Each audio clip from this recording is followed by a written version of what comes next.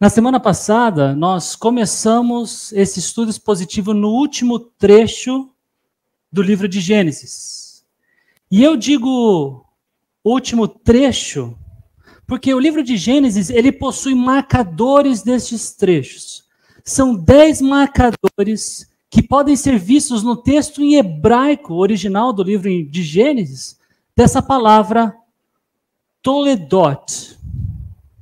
E nós vimos essa palavra na semana passada, quando eu disse a vocês que Gênesis 37 começa dizendo que o conteúdo que se segue é sobre o relato ou a história de Jacó. Isso mesmo, apesar de José ser o personagem de destaque nesse trecho, a verdade é que o próprio escritor bíblico diz que é sobre o relato ou a história de Jacó. E na ocasião eu disse a vocês que algumas versões em português acrescentam a palavra família em Gênesis 37, 2, para poder abranger esse significado de Toledot, como faz a NVI, a NTLH, a NVT. Por exemplo, na NVI, na nova tradução linguagem de hoje, nós encontramos: essa é a história da família de Jacó. Ou na transformadora, esse é o relato de Jacó e a sua família.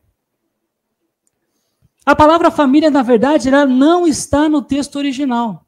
Algumas outras versões não usam a palavra família, mas também tentam interpretar esse significado que a palavra tem. Por exemplo, a versão católica, ela diz: eis a história da descendência de Jacó. Na Almeida Corrigida e Fiel, nós lemos: estas são as gerações de Jacó. E essa palavra hebraica, Toledot, ela descreve o que aconteceu à pessoa, ou às pessoas mencionadas, ou a seus descendentes, como no caso em questão. Às vezes, Toledot está associado aos céus e à terra, como em Gênesis 2:4, e que descreve o que aconteceu com o universo recém-criado. Estruturalmente, Gênesis ele se divide em 10 Toledotes, sendo que os 5 primeiros tratam daquilo que a gente chama de história primeva, que vai desde a criação do universo até a chamada de Abraão. E os 5 últimos Toledotes são a respeito dos patriarcas, ou de Abraão e a linhagem escolhida por Deus, com Isaac e Jacó. E o último trecho, o último Toledot, é esse trecho que começa em Gênesis 37, 2. Por isso, eu digo que estamos no último trecho do livro de Gênesis. Esse que é a unidade literária mais longa de toda a Bíblia e cujo personagem principal, ou melhor, o personagem em destaque, é José. E a verdade é que o autor de Gênesis, ele decide nesse capítulo, Gênesis 38, falar de outro personagem que não de José. Como eu disse, esses últimos capítulos de Gênesis, José, ele tem proeminência, mas ele não é o único sobre o qual, ou sobre quem, Moisés escreve. E de longe, ele é o protagonista de toda essa história. Nunca percam isso de vista. O protagonista da história é sempre Deus. E apesar dessa nossa série ter sido chamada de José, instrumento de bênção, eu quero contemplar esse capítulo com vocês, dando uma pausa em José para falar desse outro personagem que também foi instrumento de bênção, apesar das coisas horríveis que ele fez. Você já sabe quem é? Vamos orar e pedir a Deus que nos ajude a sairmos daqui com mais convicção sobre a graça, a justiça e o poder de Deus que tínhamos quando nós entramos aqui. Senhor, nos ajude a contemplar a Tua palavra, a aprender dela e perceber, Pai, como a Tua graça e a Tua soberania controlam, determinam, dirigem, norteia, Pai, esse mundo, a história, cada um de nós. Obrigado por estarmos conscientes, por fazermos parte dessa história que o Senhor tem desenvolvido e sabe onde quer chegar. Eu oro assim em nome de Jesus. Amém. Gênesis 38 começa assim. Por essa época, Judá saiu de casa e se mudou para Adulão, onde foi morar na casa de um homem chamado Hira. O personagem destacado nesse capítulo, para quem não sabe, é Judá. Alguns críticos, eles olham para esse capítulo no meio da saga de José como uma bizarrice literária. Mas eles estão errados. Estão errados porque eles não valorizam ou percebem as conexões que o capítulo tem com toda a história. Uma muito clara é exatamente esse começo. Existe uma conexão cronológica para apresentar aos leitores o porquê desse capítulo estar onde está. Por essa época. Então, por essa época em que José havia sido vendido ao oficial e capitão da guarda do faraó, lá no Egito, Judá saiu de casa. Em outras palavras, quando José saiu de casa, Judá também saiu de casa. Lembre-se também que o trecho que estamos estudando, ainda que tenha José como personagem em destaque, ele continua sendo um relato da família de Jacó. E agora Jacó não só não tem José por perto, como também não tem Judá. Eu vou falar tantos nomes para vocês que é por isso que eu dei para vocês essa árvore genealógica, para ficar mais fácil, para vocês ficarem bem situados nessa história. São vários os temas que ligam esse capítulo ao todo do livro de Gênesis, mas há algo que eu acredito ser importante que vocês saibam ou relembrem desde agora.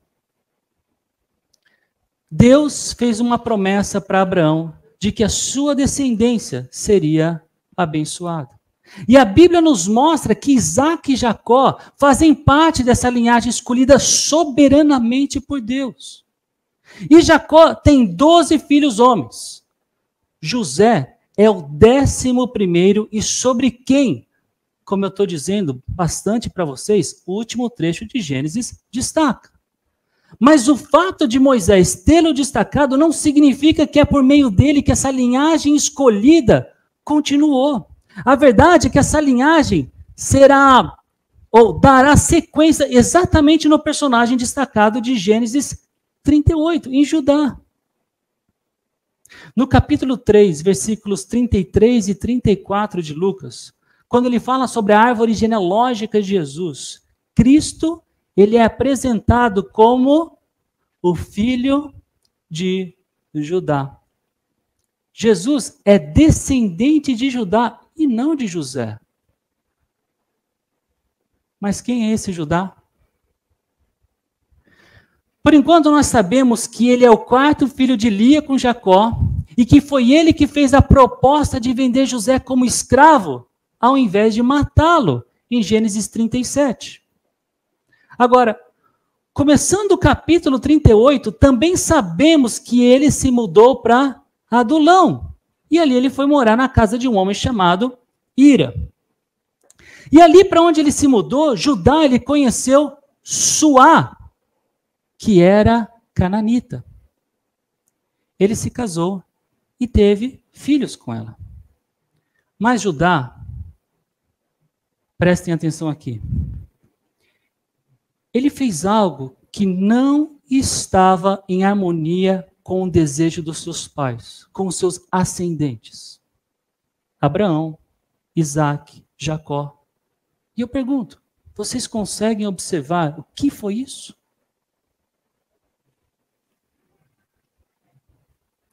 Vocês notaram que o texto diz que Suá era cananita?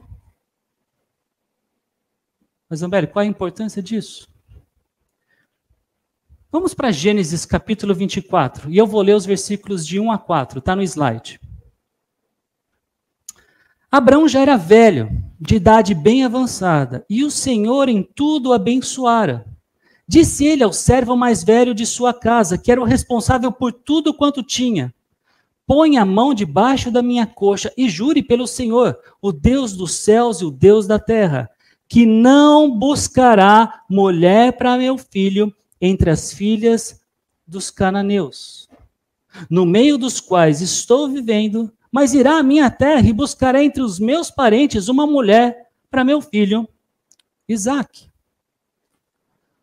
Por que será que Abraão, bisavô de Judá, não queria que seu filho se casasse com uma mulher cananita ou cananeia? A verdade é que não há uma razão explícita no texto bíblico, mas existem indícios que explicam essa decisão de Abraão em buscar uma esposa para Isaque no meio da sua parentela. E eu não pretendo aqui com vocês me aprofundar em cada uma dessas possíveis evidências ou destes pontos, mas eu quero mostrar para vocês que é razoável pensarmos que Abraão zelou pelo relacionamento conjugal do seu filho. O primeiro indício é sobre Abraão ter o possível conhecimento histórico da desagradável união que aconteceu em Gênesis, nos primeiros versículos, dos filhos de Deus com as filhas dos homens. O segundo indício tem a ver com a possibilidade de Abraão conhecer a maldição proferida por Noé a seu filho Cã, de onde vêm todos os cananeus. O terceiro indício tem a ver com as duas situações em que Deus poupa o casamento de Abraão. A primeira no Egito e a segunda em Gerar. Dois povos que não faziam parte do projeto de Deus para a redenção do mundo. Apesar de Abraão ter mentido 2 vezes sobre quem era sua esposa, Deus manteve a sua palavra e evitou que Sara fosse entregue nas mãos de outros povos. O quarto indício tem a ver com o propósito pelo qual Deus escolheu Abraão. Isso está explícito. Em Gênesis 18, 19, nós lemos: pois eu escolhi para que ordene aos seus filhos e aos seus descendentes que se conservem no caminho do Senhor. Um casamento que agradava a Deus dependia dessa sábia escolha de Abraão, quem Deus sabia que faria o correto. E o correto aqui seria encontrar uma esposa para Isaque que agradasse a Deus. E ela não seria encontrada entre esses outros povos da região onde Abraão vivia.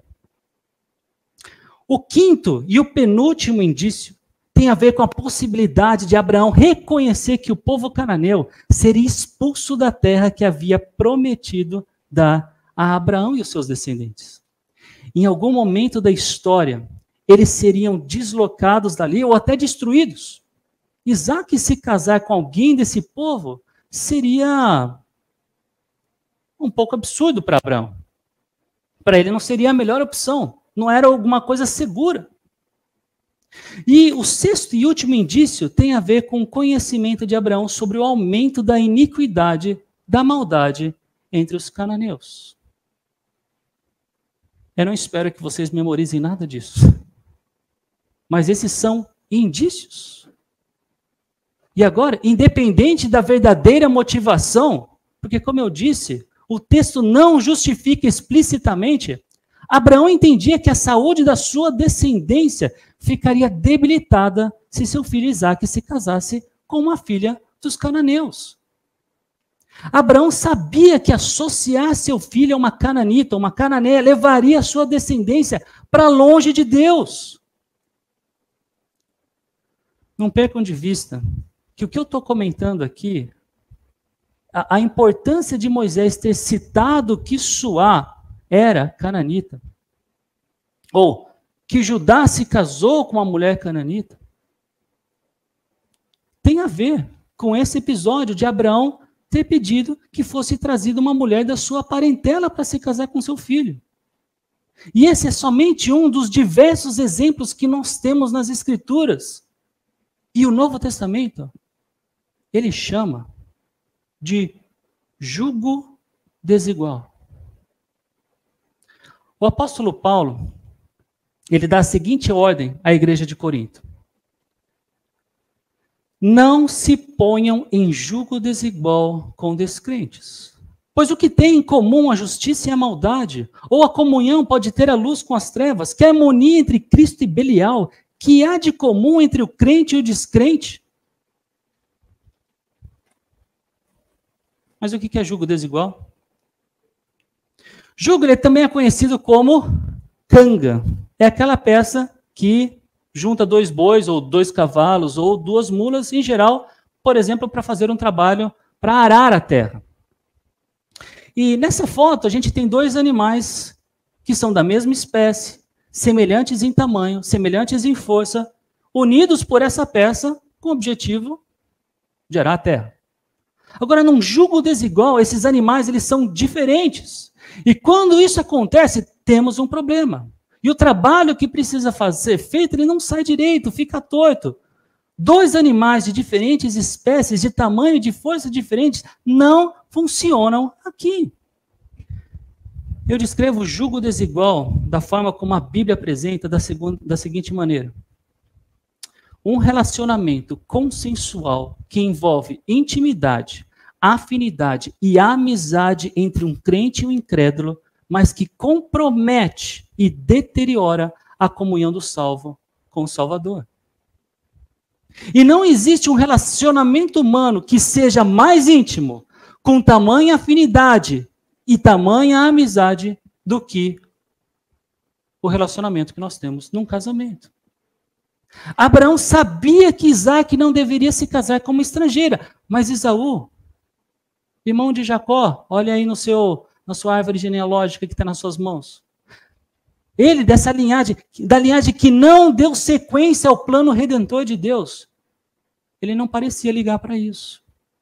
Em Gênesis 26, 34 e 35, nós lemos: tinha Esaú 40 anos de idade quando escolheu por mulher a Judite, filha de Beeri, o hitita, e também a Bessamate, filha de Elom, o hitita. Elas amarguraram a vida de Isaque e de Rebeca. Olha o final mais uma vez. Elas amarguraram a vida de Isaque e de Rebeca. Numa outra ocasião, olha o que Rebeca diz: estou desgostosa da vida por causa dessas mulheres hititas. Se Jacó escolher esposa entre as mulheres dessa terra, entre mulheres hititas como essas, perderei a razão de viver. Et é o nome da pessoa de quem descende todo o povo heteu. Et era filho de Canaã, que era filho de Cã, que era o filho amaldiçoado de Noé. Os hititas, eles formavam uma etnia, ou melhor dizendo, um clã entre os cananeus. Existe um contraste muito marcante entre a história de Esaú, que não se preocupou com essa questão de se casar com mulheres estrangeiras, e o seu pai Isaque, que teve por mulher alguém da própria parentela do seu pai, de Abraão. Então, de um lado, nós temos Isaque, que não ignorou o zelo do seu pai na escolha da sua esposa. Do outro, nós temos Esaú, que ignorou a opinião de seus pais na escolha de uma esposa. Isaque teve somente uma esposa. Esaú teve mais de uma esposa. E na semana passada nós falamos que desde o princípio é vontade de Deus um relacionamento monogâmico. Isaque, ele se casou com uma mulher da parentela do seu pai, mas Esaú, ele se casou com essas desconhecidas estrangeiras. E com elas, ele se tornou o pai dos edomitas, contra quem Israel travou diversas batalhas sangrentas na sua história. Numa delas, Amazias, que foi rei de Judá, ele trouxe os deuses edomitas para o seu reino e os estabeleceu como seus próprios deuses. Salomão, o nome mais conhecido, terceiro rei de Israel, conhecido pela sua sabedoria, ele também se casou com mulheres edomitas. O que aconteceu no final da sua vida? Ele se desviou do único e verdadeiro Deus. E eu estou falando tudo isso de novo, porque o versículo 2 e 3 de Gênesis 38 nos diz que Judá se casou com uma mulher de Canaã. E que essa atitude dele foi diferente da atitude cuidadosa dos seus antepassados. Em outras palavras, Judá lhe foi indiferente a como Deus conduziu a história de seus antepassados, que se relacionaram com Deus. O mesmo Deus que o seu pai conhecia e também se relacionava. Na semana passada, numa longa introdução que eu fiz, Eu disse a vocês que a história de José, como qualquer outra porção do Antigo Testamento, não nos serve primordialmente para nos dar lições morais. A principal razão é apontar Jesus Cristo. Mas nesse apontar, nesse rumo à revelação do Messias, as lições morais, elas estão presentes e devem ser ensinadas. Mesmo porque elas acompanham o caminhar que devemos ter em busca da esperança que devemos manter. Olha lá em Romanos 15, 4, diz o seguinte: pois tudo que foi escrito no passado foi escrito para nos ensinar, de forma que por meio da perseverança e do bom ânimo, procedente das Escrituras, mantenhamos a nossa esperança. Veja bem, tudo o que foi escrito tem o propósito de nos ensinar. E esse ensino que vem da palavra de Deus, no versículo está escrito das Escrituras, serve para que mantenhamos a nossa esperança. E a nossa esperança sempre deve estar em Jesus Cristo, aquele que é tanto o modelo do nosso caminhar, quanto a razão para conseguirmos caminhar em direção dessa esperança, que é Ele mesmo. Meu caro irmão, minha querida irmã, você quer ter uma família debaixo da vontade de Deus? Comece ela com alguém que faz parte da família da fé. Isso é imperativo. Isso não é uma sugestão. Afinal de contas, como disse o apóstolo Paulo, o que há de comum entre o crente e o descrente? Case-se com alguém que compreende ser pecador e carente de Deus. Case-se com alguém que se submete à palavra de Deus. Case-se com alguém que ame mais a Deus do que a você mesmo. Infelizmente, Judá não escolheu alguém conforme a história ensinava. Judá se casou com uma mulher de uma terra que desconhecia o verdadeiro Deus e cuja moralidade era perversa. A história continua dizendo que Suá engravidou novamente e deu à luz outro filho, que chamou de Onã. Quando estavam morando em Quezibe, ela deu à luz o terceiro filho e o chamou de Selá. Então Judá e Suá tiveram 3 filhos, Er, Onã e Selá. E quando chegou o tempo certo, Judá acertou o casamento do seu primeiro filho com uma moça chamada Tamar. Era costume que os pais cuidassem do arranjo cerimonial destes casamentos. E como ainda acontece em diversas nações em pleno 2021. Mas ele era um homem perverso aos olhos do Senhor. Por isso, o Senhor lhe tirou a vida. O quê? Nós lemos direito? Vocês leram direito? Quem foi que tirou a vida dele? O Senhor lhe tirou a vida. E é isso mesmo. Interessante como nós nos esquecemos com tanta facilidade que Deus é Deus.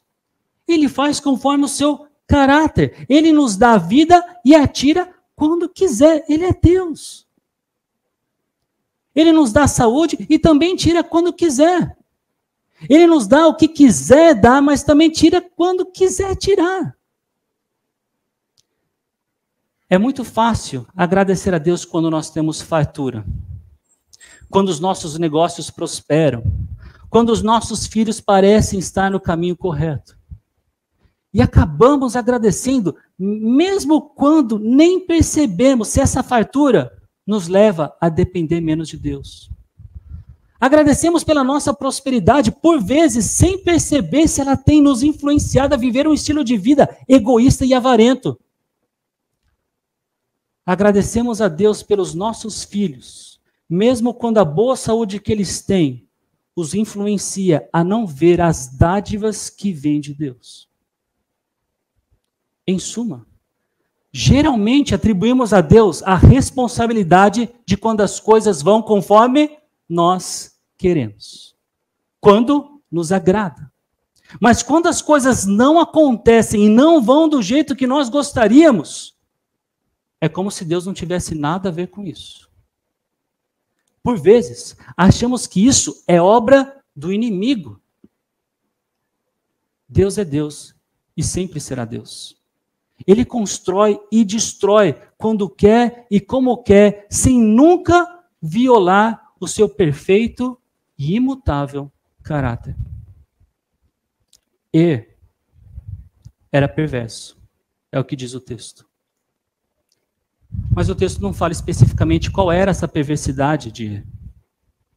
E o Senhor tirou a vida dele porque ele era perverso. Isso me leva a pensar sobre as minhas atitudes perversas, sobre as minhas atitudes, meus pensamentos, minhas palavras que desagradam a Deus. E eu espero que vocês não se surpreendam com isso, mas eu sou um baita pecador. Eu já cometi muitos pecados e ainda cometo muitos pecados. E até por isso eu me pergunto, por que é que Deus não tirou a minha vida como tirou a de E?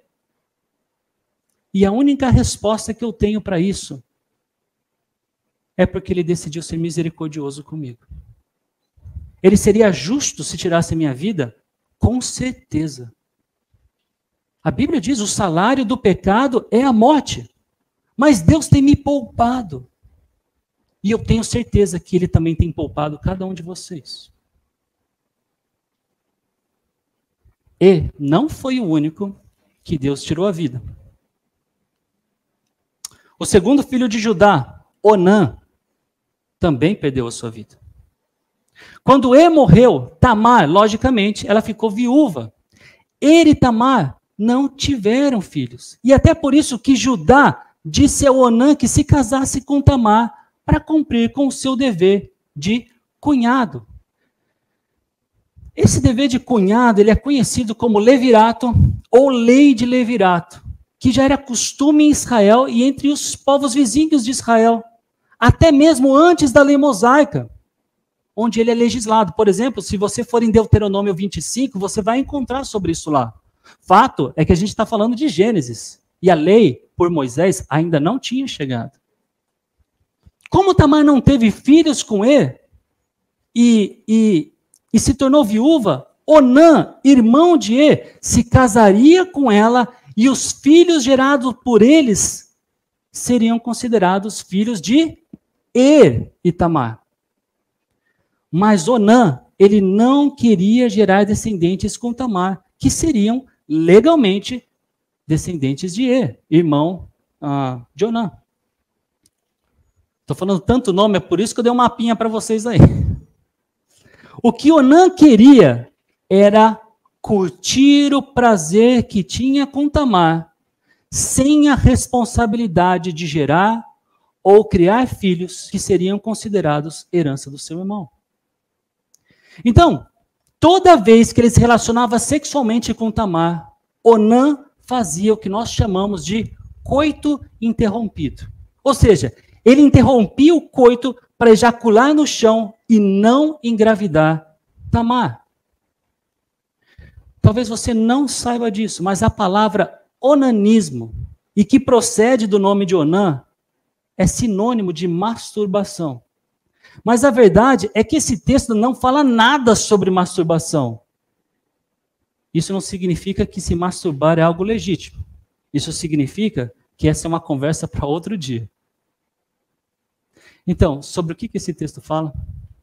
Ele fala de um homem que queria o prazer do sexo sem a responsabilidade que o seu casamento lhe trazia. E isso Deus considerou maldade, considerou uma perversidade. Essa história, ela tem a sua semelhança com os dias de hoje. Pelo menos eu consigo imaginar um pouco dessa semelhança. E curiosamente, hoje é domingo de Carnaval. Um feriado típico do Brasil e conhecido no mundo todo. Agora, qual você acha ser a fama do Carnaval para o resto do mundo? Eu não estive em muitos outros países além do Brasil, mas eu já conheci gente de todo mundo. E toda vez, ou quase todas as vezes que o assunto de carnaval era trazido para as nossas conversas, especialmente nos ciclos não cristãos, era se falado do Brasil como se ele fosse um berço de meretrizes. Uma festa para se curtir o sexo sem qualquer tipo de compromisso. Alguns de vocês não nasceram em lares cujos pais eram crentes em Jesus Cristo. E é possível que vocês tenham testemunhado e até experimentado a filosofia do carnaval. Eu espero e oro para que vocês não sejam ingênuos quando forem ensinar seus filhos sobre o carnaval. O carnaval não é só uma musiquinha.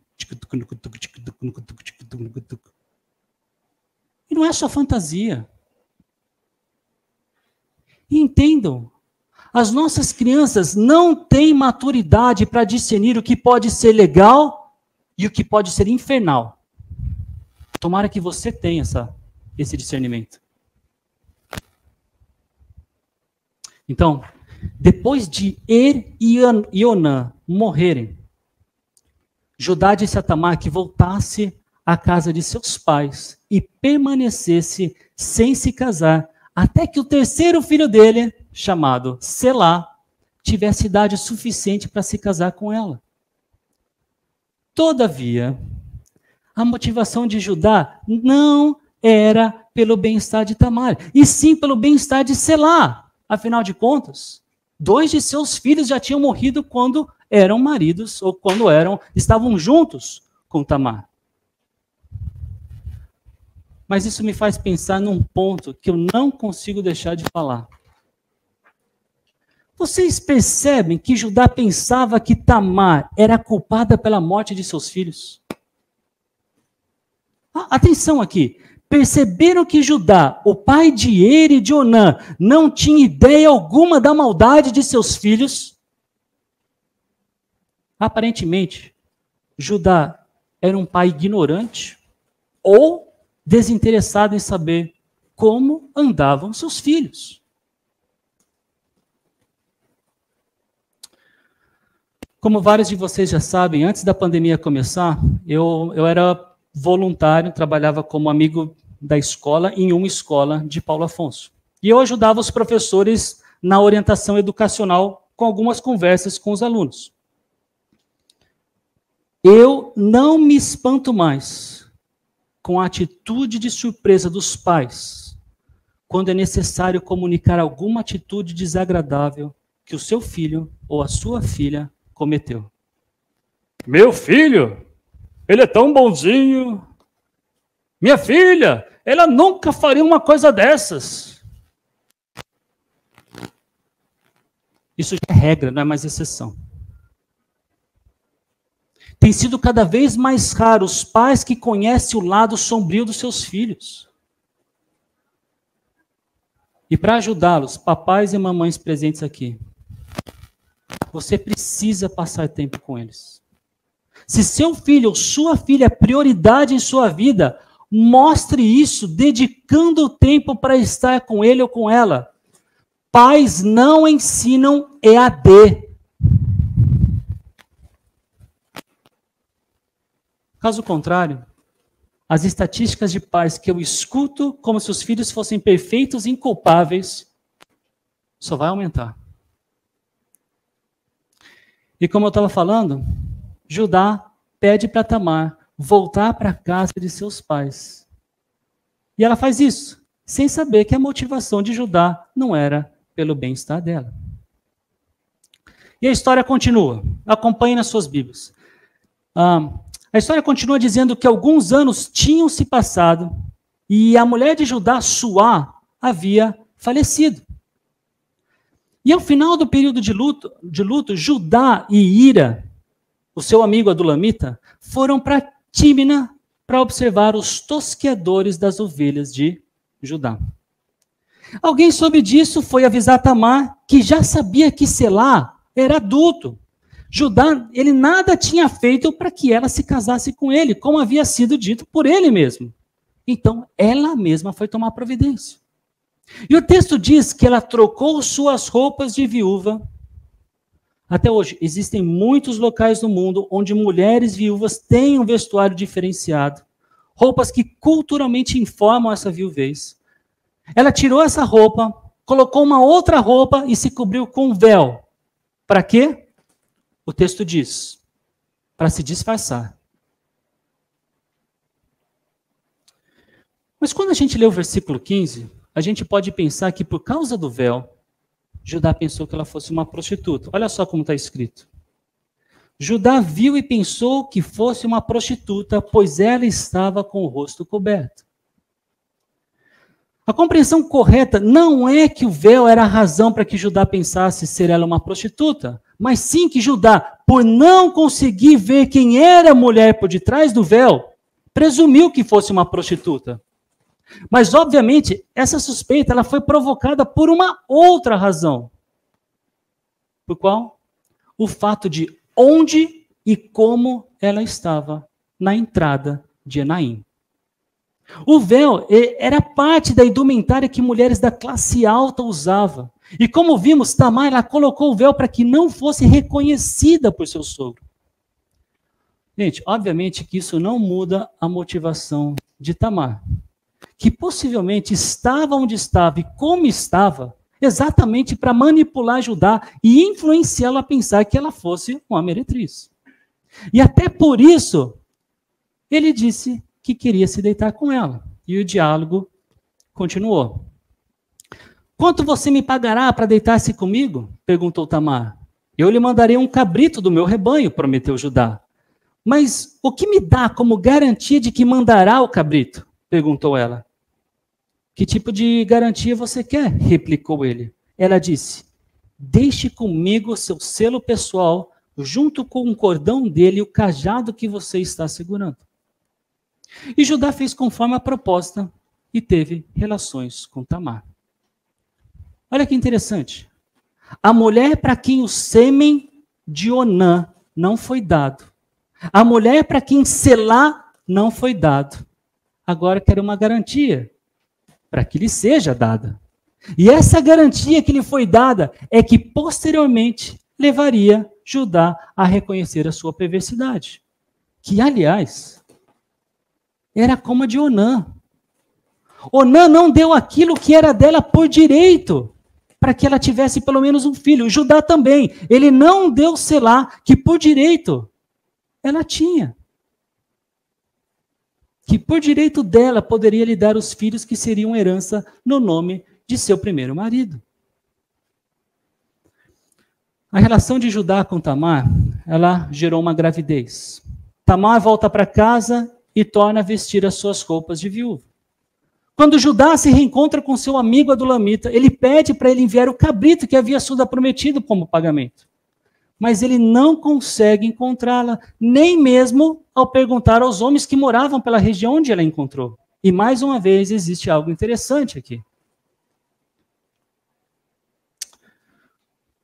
No versículo 15, a palavra hebraica para prostituta é zoná. Qualquer semelhança com o português aqui é uma mera coincidência. Quando Ira, o amigo de Judá, vai procurar a mulher a quem Judá devia esse cabrito, ele não procurou por uma zoná, ele procurou por uma kideshá. Zoná é essa palavra hebraica para uma prostituta comum, a que vende o seu corpo em troca de dinheiro. A kideshá é a prostituta cultual, aquela que entregava seu corpo em prol dos deuses que ela adorava, que ela cultuava. Até poderia ser dinheiro, mas esse dinheiro era em prol dos ídolos que ela adorava, ou dos ídolos que ela servia, dos deuses que ela servia. Então, naquele lugar, disseram os moradores da redondeza, não tem nenhuma kideshá, nenhuma prostituta cultual. E se ele tivesse perguntado por uma zoná?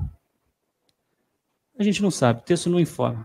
Mas isso me faz pensar no que Ira pensava a respeito de Judá. Como se isso fosse alguma coisa normal. Eu vou ali pagar o que meu amigo Judá deve. Ele transou com uma serva dos nossos deuses aqui de Canaã. Que bom que ele está se entendendo bem com a nossa cultura. Eu falei na semana passada, se você quer ser um instrumento de bênção do Senhor, tenha certeza que você será mal compreendido. E não somente será mal compreendido, você vai ser maltratado. Se conformar com esse mundo, viver de acordo com esse mundo, é exatamente o caminho oposto aqui. E João, ele escreveu o seguinte na sua primeira carta, capítulo 2, versículos 15 e 16. Não amem o mundo, nem o que nele há. Se alguém amar o mundo, o amor do Pai não está nele. Pois tudo que há no mundo, a cobiça da carne, a cobiça dos olhos e a ostentação dos bens, não provém do Pai, mas do mundo. Não é por menos que Judá parece, aqui, estar numa posição de contraste com José. A gente vai ver mais detalhes disso no próximo domingo, mas saiba disso por agora. Enquanto Judá se entrega às paixões sexuais, José se mantém puro, ciente da presença de Deus no cuidado da sua vida, ciente que existe uma diferença no que agrada e no que desagrada a Deus. E nessa altura da história, Judá parece não estar nem aí para o que Deus pensa. Aliás, parece que ele não está nem aí para muita coisa. E é exatamente isso que acontece quando nós estamos longe de Deus. Longe de Deus, ou seja, longe da luz que ilumina os nossos pensamentos e os nossos passos. Nós não conseguimos distinguir e nem reconhecer o certo do errado e nem o errado do certo. Judá se casa com uma cananita. Judá não reconhece a perversidade dos seus filhos. Judá abandona a sua nora. Judá tem um relacionamento sexual com a sua nora. Judá engravida a sua nora. Judá é tão perverso quanto foram seus filhos.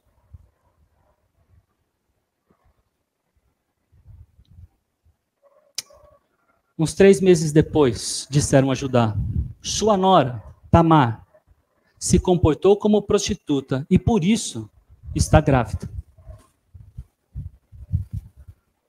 Com essa notícia, Judá, ele ordena que a levem para fora e a queimem. A lei, como eu disse para vocês, que chegaria posteriormente, ela chegou algumas poucas centenas de anos depois, ela legislava que o tipo de relacionamento que Judá teve com Tamar era passível de pena de morte. E não só para ela, para os dois.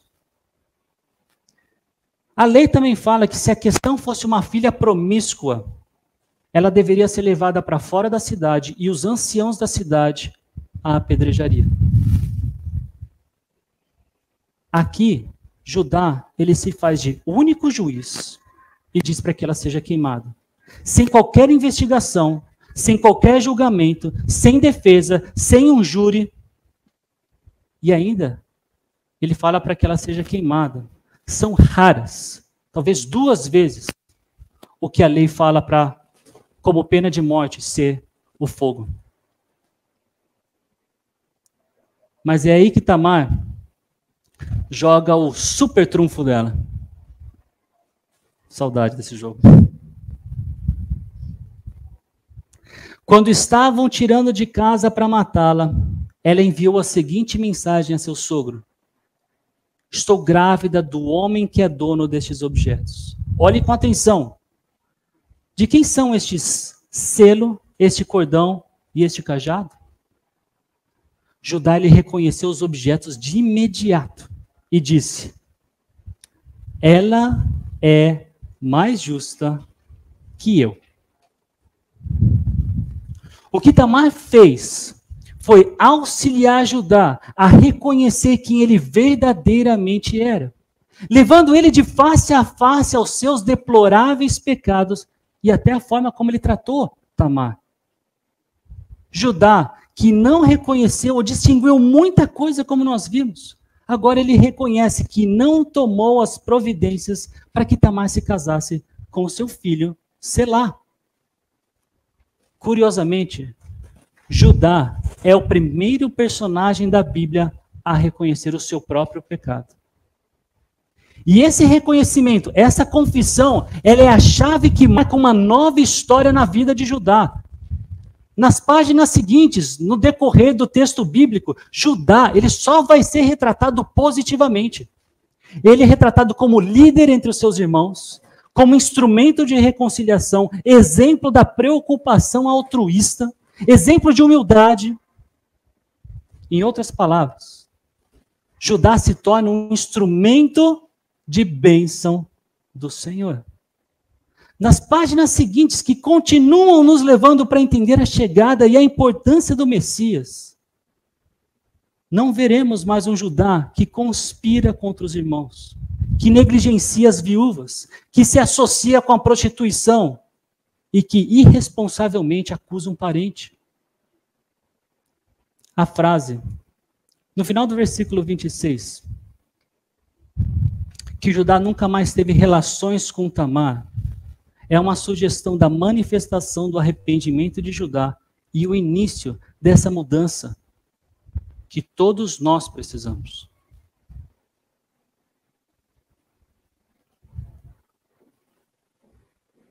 Eu não sei todos os erros, todos os pecados que vocês já cometeram. Mas eu sei que você pode mudar e essa mudança pode começar agora. Com o reconhecimento de seus pecados e a necessidade dessa mudança. Se você quer ser instrumento de bênção para Deus, não pode se conformar com seus pecados e com o estilo de vida como se Deus não existisse, ou como se Ele não ligasse para o que você pensa, para o que você fala, para o que você faz. Mas essa mudança, ela precisa de um agente externo, como um salva-vidas, que sabe o que deve ser feito para te resgatar, que vai lhe buscar onde você está se afogando. O texto continua dizendo que Tamar, ela deu à luz gêmeos, e uma gravidez bem atípica. O bebê que ia sair primeiro, porque colocou o braço para fora, acabou trazendo o braço para dentro, e nasceu depois. Pérez é o nome de um desses gêmeos. E ele é citado no final de Gênesis 38. E é por meio dele que daria sequência à semente da mulher, lá do começo de Gênesis, que pisaria na cabeça da serpente. Aquele em quem, em última análise, se cumpriria todas as promessas feitas por Deus. Aquele que é exatamente o salva-vidas, esse agente externo que nós precisamos para perceber a nossa perversidade e nos resgatar da culpa que o nosso pecado causa. Jesus Cristo não é só mais justo que todos nós. Judá diz, ela é mais justa que eu. Jesus não é simplesmente mais justo do que todos nós. Ele é perfeitamente justo e nos salva quando cremos nele como o único e suficiente Salvador. Judá ter reconhecido o seu erro e notado Tamar como justo ou justa, não fez dela menos grávida. O reconhecimento de Judá não fez seu pecado mais aceitável. O sogro que abandonou a nora e depois a engravidou. Nossas ações possuem consequências. Aquilo que plantamos, nós colhemos. Mas muitas vezes, outros também colhem aquilo que nós plantamos. Quando um homem ou uma mulher escolhe por cônjuge alguém inapropriado, quando o pai não zela pela educação de seus filhos, quando um cônjuge traz seu parceiro, quando um membro da família é abandonado, quando o sexo é usado fora do lugar estabelecido por Deus, quando nossos desejos se assemelham mais com o desejo do mundo do que com os desejos do Senhor.